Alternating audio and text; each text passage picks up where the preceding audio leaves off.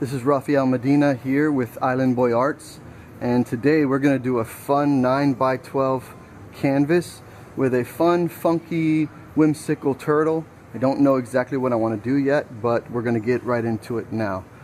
So follow me. Thanks. Okay guys, so the first thing I want to do is I want to do the background.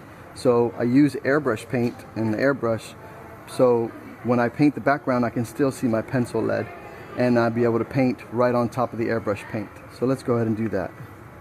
Start with some aqua towards the top so that we get a nice even fade. But I like to start in the middle because I got to fade white up and blue down, dark blue down. So start with this in the middle. And now I want to start adding my blue right on top of that aqua. Maybe throw a little bit of aqua right on top of that. And then continue even passes with the airbrush. And see that fade? Perfect fade. And you can go darker as you get down to the corner for depth. Just like that. We want to fade the white into that aqua. So let's get that color out of there first and right in. There it is. Look at that fade. And then we're going to switch airbrushes. This is my thick airbrush, my widest nozzle to give a nice fade. But then I'll come back in with some detail and put some like water ripples and stuff like that. And put a little bit of detail with this thin airbrush. And this is what I mean by the detail.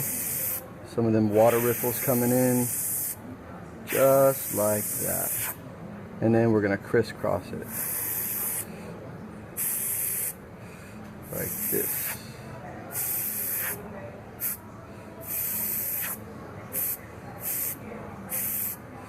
I want that top of that water to stand out.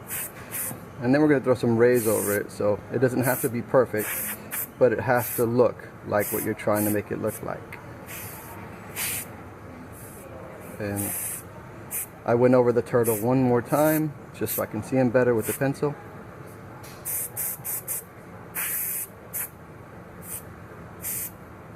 Something easy like that. Crisscrosses. It don't have to be perfect, and you'll see why later. So this is the background of our whimsical turtle. Last thing to do for the background would be before I put the foreground in is some sun rays. I use a straight edge and I just start where the whitest part is and fade out, and you'll see the light come in. I do this in almost every painting I do just because I love the way it looks, and obviously some of you love it too. There we go. And then this is going to be the video for the background, and I'm going to do a separate video on the turtle. So please follow, comment, please give me some likes, give me some props, and tell me what you would like to see me do. I'm interested in what your interests are and what type of paintings you'd like to see me get into. So we're going to start with this brush here, and this is my dry brush. So I just a little dab, take some paint off, and basically what we're going to do is we're going to dry brush. See how you just spread it around? And this technique looks blurry, makes the coral look far away, but it also gives a good, it gives it dimension. So maybe a little bit up here. And what paint I'm using, it's not black, it's actually blue. So I use phthalo blue and I mix it with black in this little can. And then I stir it really well and I come up with this really nice dark blue color for backgrounds and coral far away. And that's the dry brush effect. Then we'll go back in with these for some coral and detail. Okay. Guys, now my thin liner brush, and we're going to go in and add some detail. Now the reason why we do this here is because anything that goes in front of the turtle, this is in the background, so anything that goes in the front of the turtle. Once we paint the turtle, this will be further back, and you'll see the dimension as soon as we're done. The reason why I hold my hands like this is to steady my brush strokes. It's much like a sniper from the military. When he pulls the trigger, he holds his breath. Sometimes I do the same technique to get straighter lines, because when you're breathing, it moves your whole body, so it's easiest not to breathe. And so here's what our coral looks like. Just little strokes here and there. The more blurred ones are further away, and then we'll just throw some of these little ones in right on top. Here's a little trick that I learned by accident. So if you take a little bit of that same aqua or teal that we're using, and we go over this right here, just make it foggy, you'll see what happens when I come back over it with the regular blue that we're using mixed with the black. Look at that. So that's just simple. And then come in with this brush, this little chisel brush, and then now you get more dimension. Look at this. There's a little hill here right in front, and little different areas of patches of coral and grass that now come to life and give dimension, just because we put a little fade over that dark blue. Look how much dimension it brings out for us. Interesting, huh? So amazing every time I do that. Look at that. Okay guys, so I pre-mixed my color. It's this here, and it's metallic green, white, and yellow. And I think this is going to be a really good base color for our turtle. So I'm going to go ahead and paint all the green that I want, and you'll see what it looks like when I'm done. And then we'll go on to the next video. Here we are putting the color in. And guys, if you want to see this video all together in one fell swoop, I will be doing a time lapse of this video as well. So check out the time lapse. I will be posting this video first, and then the time lapse later with some music, so you can see it all done at one time. But here's our color, and we're getting in there. In the face, you can worry about the detail later.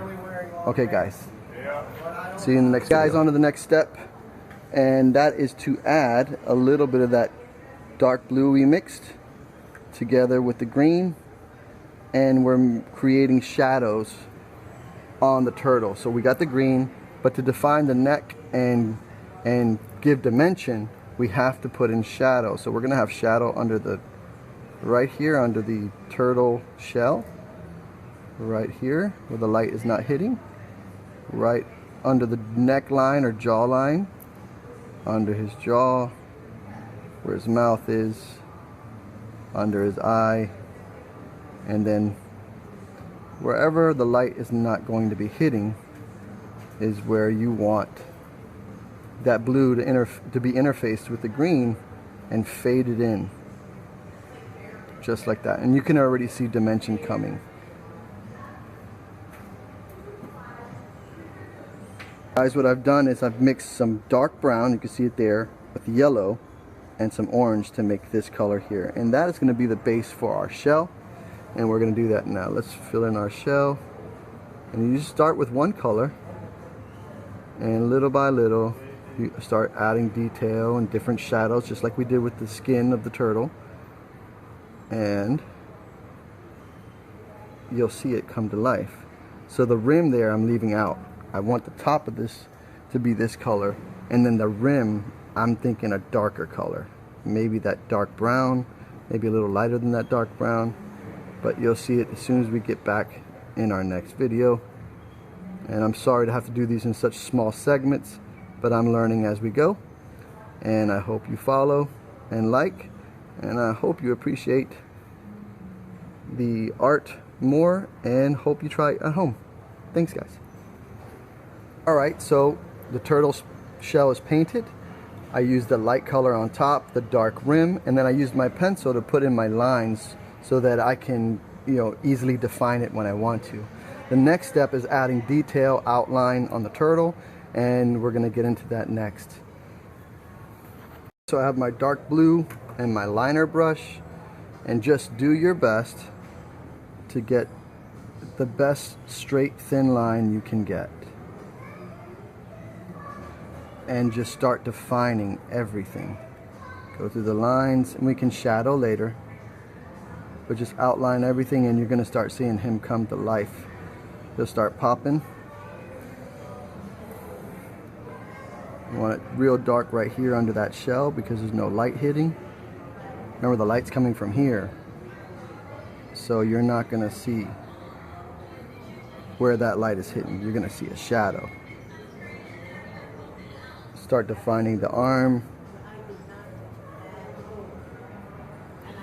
Go around the head. Here's the eyebrow here.